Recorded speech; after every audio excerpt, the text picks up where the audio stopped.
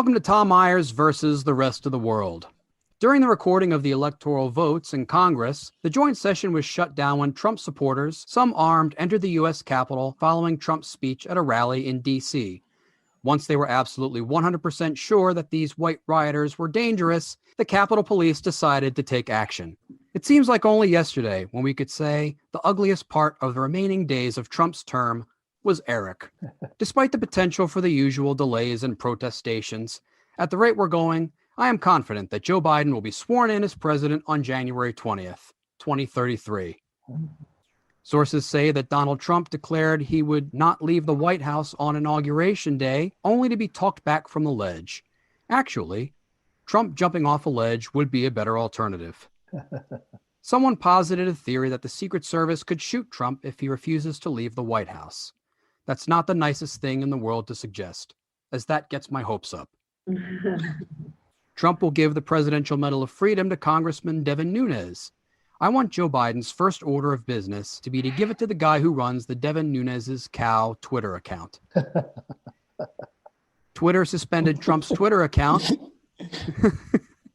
Twitter suspended Trump's account for 12 hours following the removal of tweets that appeared to incite violence. Earlier, someone hacked his Twitter feed by correctly guessing his password, MAGA 2020. It was changed from his previous password, I want to fuck Ivanka at 1. Oh. The 116th Congress adjourned without passing the $2,000 stimulus checks. This embodies the new American tradition. Dream big, aim high, and give up when all of your work shits the bed. I have to say, in the interest of disclosure, that this episode was recorded before the full-blown start of the opening days of the Second American Civil War and the mass suicide of what's left of the Trump administration. Just thought I'd go ahead and cover all contingencies there. And now on with the show. Join me in welcoming Jeff Hysen and Abby Mello. Hey. Abby, Jeff, welcome back. It's been a couple weeks. Anything strike you in the news that's been going on?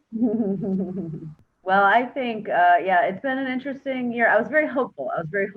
For this year. We had a real solid 5.5 days there, and then day 6, just straight back to 1812. Yeah, well, my New Year's resolution was to watch less cable news, and that lasted until January 6th. If it's any consolation, I stopped making New Year's resolutions just because the one I made New Year's Eve 2019 was to be less of a germaphobe. And well, I opted not to do that. Joining us tonight, Linda Landeros and David Kaye. Hey. Well, Linda, I should say that we had to reschedule this because we usually record on Wednesday nights. And well, last Wednesday night, there was, so much going on that, we decided to postpone. I couldn't imagine your thoughts, Linda, just because it's like, oh, the only thing that's going on is an insurrection. Because, Linda lives out in California, and I was imagining she was thinking like, we had an orange sky for 6 months, and I was still on Instagram Live. That feels so long ago, actually. I haven't thought about that in so long. Honestly, I'm really shocked that you have not mentioned Kim and Kanye getting divorced because Kanye has been allegedly hooking up with Jeffree Star. That's what I came here to discuss. I kind of miss those days, actually. Do you think that's why the Capitol was stormed, because Kim and Kanye got a divorce? I think people just couldn't handle it. We had enough scares with like Cardi B and Offset maybe getting divorced. I think people are just like, enough. Like, just make a decision, stick with it. Don't fuck with us.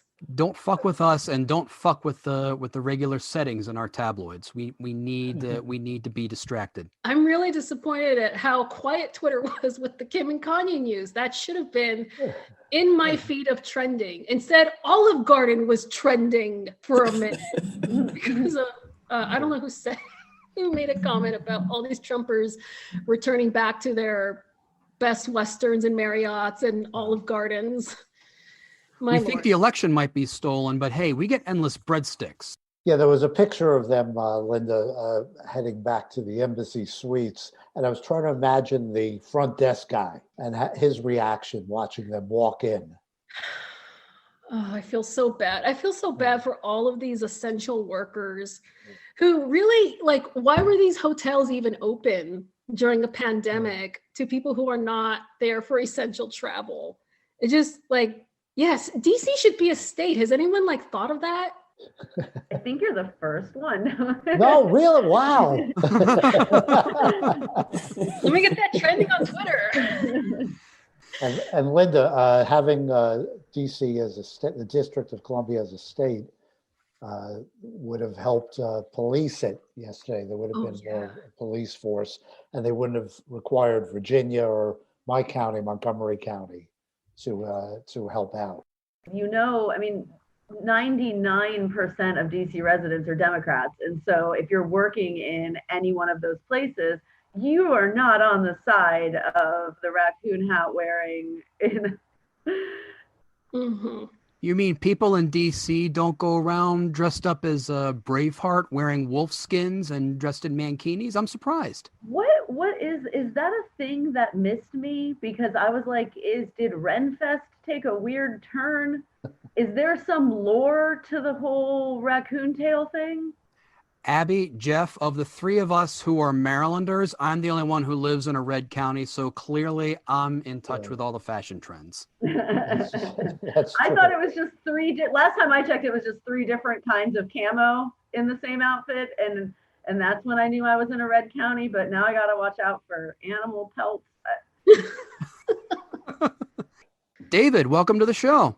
It's Yeah. nice to be here. You know, I did want to mention to you that you can get you can wear that from the I call him the 1980s Ted Nugent guy, and that's what he looked like to me with the bull with the horns and everything. He was kind of like a mix between Cat Scratch Fever and Great White Buffalo Wango Tango kind of look. Yeah. We're talking about the fellow, the shirtless fellow with the horns. Am I correct on that? There were quite a few wearing some version of animal pelts. David, are you referencing when you say the Buffalo Man? I've only seen some old recut like YouTube videos. There was a guy that used to like wander the plains with a buffalo, right, on TV.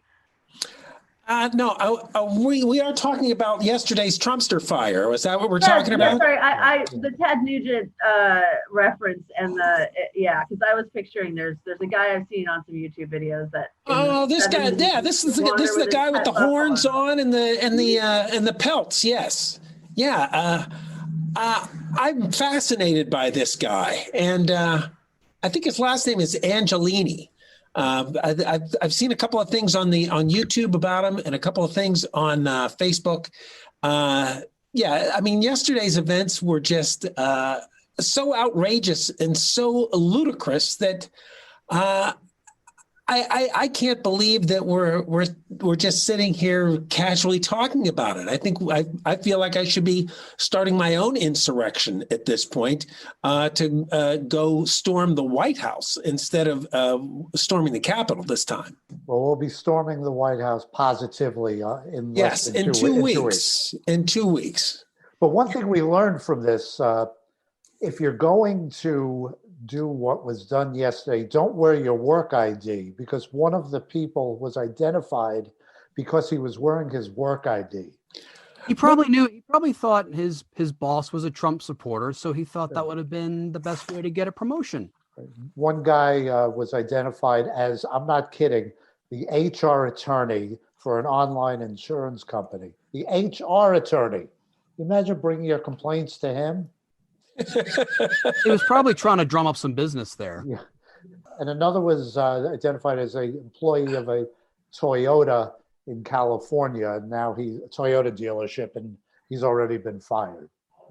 There was another fellow who was a West Virginia legislator, just actually sworn in this past week into the West Virginia legislature.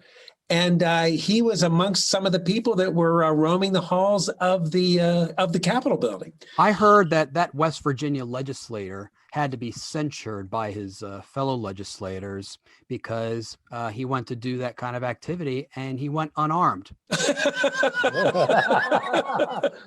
Ouch! Yes, that's terrible. He should have at least had some mace or a sidearm. Yeah, it's weird because West Or a Virginia. Well, West Virginia was formed. I don't know if all of you know this, but it was formed because they broke away from Virginia during the Civil War because Virginia was with the Confederacy. And there were some people in Virginia who didn't want to be with the Confederacy anymore. So they broke away and formed West Virginia. So the good people of the state of West Virginia didn't want to be known as a bunch of backward, inbred, redneck racists. That hasn't Oh, the worked irony. well. I was just remembering, I saw a TikTok where someone explained that a lot of the I don't know, costumes they were wearing, like the horns and like the animal pelts and like the face painting. They were saying that like they pointed out a lot of like medieval like iconography and stuff that was like that they were like drawing upon. It's like at least these white people are appropriating their own culture for a change. Well, I think the only successful way that white people were able to appropriate their own culture was the Confederate flag. And it was the first time it's ever actually flown inside the Capitol building. I'm so proud. Yeah, we had a good run while it lasted. Thanks, America. I just think it's important to also mention the demographics of the people. And so I just want to point out that it actually had less gender diversity than the Women's March. That was like the most disappointing thing. There weren't enough women there. Yeah, it was the Buffalo guy and comic book collectors. I think that's who it was. What cracked me up, it's not funny at all, but once they actually got inside Yeah, it is. Come on, the Dave. building, Yes, it is.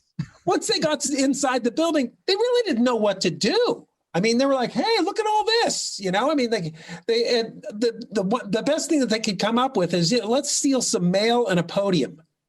I mean, if they took selfies and said, "Hey, Mom, here I am. I'm safe." If you are going to, I don't even know if I should say this, but if you are going to proceed with your insurrection, at least come in with something to light something on fire. They didn't even do that. I mean, smoke a cigarette at least in a non-smoking zone. Nothing. That's a real rebel activity. I think they were waiting for Trump because he kept saying like beforehand, like I'm going with you guys. I think they were like, well, where's They Trump? thought he was going to show up. Trump ghosted them? Is that what you're saying? There was no way he was going to show up because it required walking the whole mile from the White House to the Capitol, and that wasn't going to happen. He probably got distracted because there was a McDonald's on the way. Yeah. His golf cart was parked in front of it. Do you have the McRib? David, you're from Pennsylvania. I gotta say, I'm actually a huge fan of your lieutenant governor because John Federer, yes, fantastic guy. He, I think the lieutenant governor of Texas said he would offer $1 million reward if anybody put forth any allegations or of voter fraud, and your lieutenant governor gave 3 examples. From Pennsylvania. Yes. They were all people who decided that they were going to cast fraudulent votes for Donald Trump. Yeah, all Republicans. One guy was cited from a town called 40 Fort. Yes. 40 Fort, Pennsylvania. He signed up with his dead mother's signature. So $3 million, which I found he wants in Sheetz gift cards. Yes. Well, those who don't know, Sheetz is a local convenience store chain, and actually a pretty awesome one because I've done shows in rural Pennsylvania, and Sheetz is a lifeline for me whenever there's nothing else around. That's right. You don't want to do Wawa. You got to go to Sheetz. I tell you what, I mean, Sheetz gift cards, I understand in certain parts of Pennsylvania that people from that area aspire to get one of those. It's better than getting an Ivy League college degree. I could probably finance an entire comedy tour of Pennsylvania using Sheetz gift cards. And we've talked about a lot of people say we're the face of singular of Sheetz.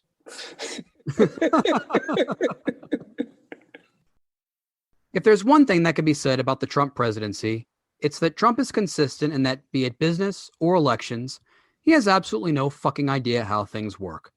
In this clip, we hear a candid Donald Trump on a phone call with Georgia officials, Secretary of State Brad Raffensperger, and their general counsel, Ryan Germany. We have won this election in Georgia based on all of this. And there's nothing wrong with saying that, Brad. You know, I mean, having a correct, the people of Georgia are angry. And these numbers are going to be repeated on Monday night, along with others that we're going to have by that time, which are much more substantial even. And the people of Georgia are angry. The people of the country are angry. And there's nothing wrong with saying that, you know, that you've recalculated. Well, Mr. President, the challenge that you have is the data you have is wrong. Now, do you think it's possible that they shredded ballots in Fulton County? Because that's what the rumor is. And also that Dominion took out machines. That Dominion is really moving fast to get rid of their machinery. Do you know anything about that? Because that's illegal. This is Ryan Germany. No, Dominion has not moved any machinery out of Fulton County. We're having. Well, but have they moved? Have they moved the inner parts of the machines and replaced them with other parts? No. You sure, Ryan? I'm sure. So look, all I want to do is this. I just want to find 11,780 votes, which is one more than we have, because we won the state. Supposing aliens stole all of my votes in Georgia and replaced them with the fake Biden votes, could they have done that? I just want to find 40 points from my fantasy football championship because I got clobbered. I completely forgot that phone call happened. That feels like so long ago. I know today's only the 7th. I just like that someone named Germany is stopping a Nazi from trying to gain absolute power. I mean, I lost my patience like 12 seconds into listening to that. So the fact that it was like an hour-long conversation, right? Yeah, they had to sit there for an hour. It's their Sunday. Their wife's going, come on, can we go somewhere? Said, no, I got to deal with Trump and some attorney who, by the way, had to resign. Women of color need to be in office because we would have shut that shit down so fast. Bye, sir. Bye-bye.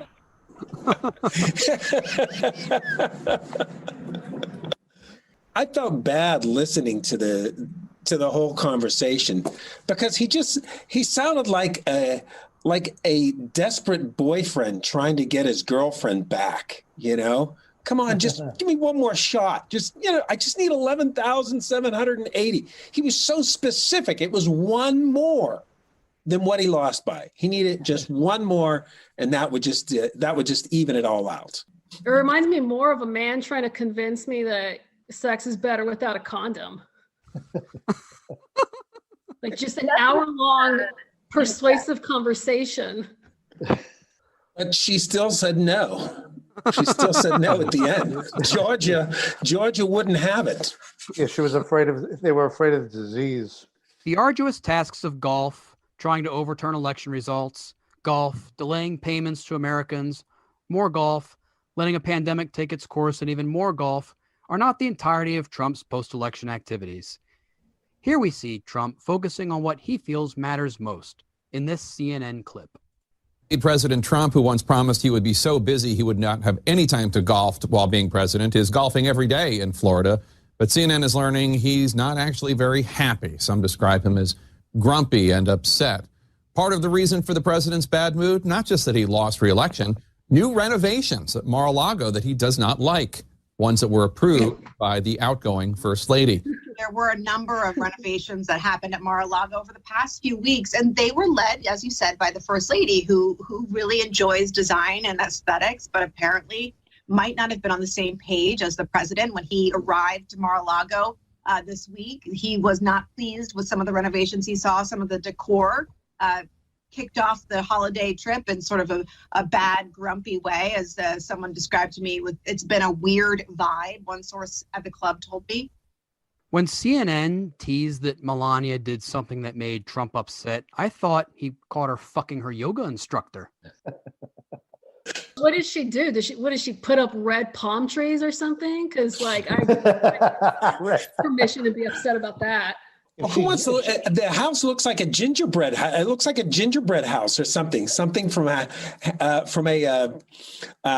Hansel and Gretel, or maybe a Brothers Grimm nursery rhyme. I mean, it's bizarre looking in the first place. One of the renovations was an escape tunnel. So, that was the one thing he really didn't like. It's difficult to understand how Trump supporters don't know that the act of counting votes means he didn't win until you realize that a sizable amount of his supporters don't even know how many teeth they're supposed to have. It seems as though on a daily basis, a new head case tries to come up with a way to discount the fact that Trump lost his re-election bid. Here's one of them, Michigan State Representative Gary Hysen, voicing his plans to a concerned and thus rational talk show host. They technically can't keep me from going into the Capitol on official business. They can't do that, okay? So if they do that today, then we're simply going to move our event to a different location and proceed with what we're going to do today. And what's that? What event are you planning? What's that again? What event are you referring to? It'll be all over the news later on. This sounds dangerous, Gary, and I'm not kidding around. It is dangerous. No, I was warned that it's going to be violence, going to be protests. And they asked me if I would assist today, and I said, you know what? How can I not? Who asked you to, Gary? Who asked you to assist, and what kind of assistance are you providing? Okay, originally it was to supply support and escort certain members in and out of the Capitol, okay? And I can't go into a lot of it, but I was asked to do that, and I said, yeah. We're talking with State Representative Gary Hysen. Gary, I'm concerned about violence today in Lansing. I understand you're passionate about this. A lot of people are passionate about it. Can you assure me that this is going to be a safe day in Lansing? Nobody's going to get hurt? No. All right. All right. You're going to take part in a possible insurrection and collect my tax dollars and your salary? Okay. I should say, in the interest of full disclosure, that was about Michigan electors counting the electoral votes last December.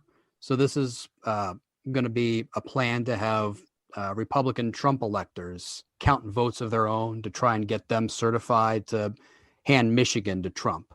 So that was the context of the interview. It's like bringing in the stand-ins on a movie set. Bring in the B team. Yeah, he had the lines. That's right. It's just to set the lighting. That's all they're going to do. Gradually, we can see Trump's support slowly eroding, even among the old faithful. We can see it in one of Trump's most ride-or-die supporters, as former New Jersey Governor Chris Christie is willing to go on TV, say that Trump should concede, and suggest an end to divisive politics and the corrosive nature of political discourse. However, MSNBC host Nicole Wallace is having none of it, as she calls out the former Trump transition head for his past silence in such matters, as we can see in this clip. Whether he'll go quietly, listen, I've known Donald Trump for 20 years. I've never seen him do anything quietly. So I doubt he'll go quietly. But I do think he will leave unassisted, if that's the import of your question. And whether he'll go to the inauguration, I don't know. You know, it's very rare, as you know, that presidents don't go to their successors' inaugurals. It's happened. John Adams didn't go to Thomas Jefferson's. John Quincy Adams didn't go to Andrew Jackson's. Harry Truman didn't go to Dwight Eisenhower's. But when you think about how many inaugurations we've had, that is the overwhelming exception. And I think I would encourage him as his friend to go, because it would help him to restore some of the norms of the presidency, which need to be restored for our historical purposes, but more importantly, for our future. Governor Christie, let me just press back a little. I mean, it's my sense, and I know you said in an interview with Hugh Hewitt that you haven't ruled out a run in 2024. I don't remember you coming out and forcefully pushing back against Donald Trump's comments on the Access Hollywood tape. You didn't defend him, but you didn't withdraw your support. I didn't hear you after he called African nations bleep hole nations. I didn't hear you distance yourself from this president at any point until the target for his ire and lawlessness was the democracy you haven't ruled out leading in 4 years. Are you simply making a political calculation that you can clean the Trump stink off you faster than Marco Rubio or some of your other competitors? No, not at all, Nicole. And in fact, at the end of it, I made a decision back in 2016 that the choice between Donald Trump and Hillary Clinton was one where I was with Donald Trump. And I don't regret that choice. I still don't regret it today. I wouldn't vote for Hillary Clinton today if that choice were to be made. Nicole Wallace basically ripped Chris Christie's balls off and shoved them down his throat, which presumably he enjoyed because at the time he thought they were munchkins from Dunkin' Donuts. I didn't realize he still had them. See, that human piece of excrement sits there and tries to have it both ways. He coached Trump before the first debate and taught him ways to help bring out Biden's stutter. Biden's a known stutterer. And so he taught Trump something which, of course, Trump didn't absorb and didn't do to try to make Biden stutter more. And yet he goes on TV now and says, well, no, I'm not part of his team. He's part of his team when it's convenient for him. And that way, that's why Nicole Wallace was right to call him out. Well, Chris Christie was the guy who, when he first ran for governor of New Jersey, was known as the guy who would just shout down reporters and shout down his critics and yell at him and tell him to shut up. And so in many ways, it made sense, given Trump's first debate performance, that Chris Christie was the guy who coached him. I just think it's really telling that he pivoted. So a strong woman has basically called him out on a whole bunch of crap, and his immediate reaction is to pivot and talk smack about another woman who we weren't talking about. No one was talking about Hillary Clinton. And that's his pivot move is, I can't clap back at you, so I'm going to bring up some old shit that is, it's just asinine and I think very telling about what goes through his head when he's backed into a corner. I think his sexism was showing, but his clothes isn't large enough to cover him. I like the fact that he had to go back all the way to John Adams and Thomas Jefferson not going to their inauguration. I mean, he could have gone even further. He's like, Caligula didn't go to Claudius's inauguration back in the Roman Forum. I'm surprised he didn't go full Trumpster and say, look, Kennedy didn't go to Johnson's inauguration. Just completely.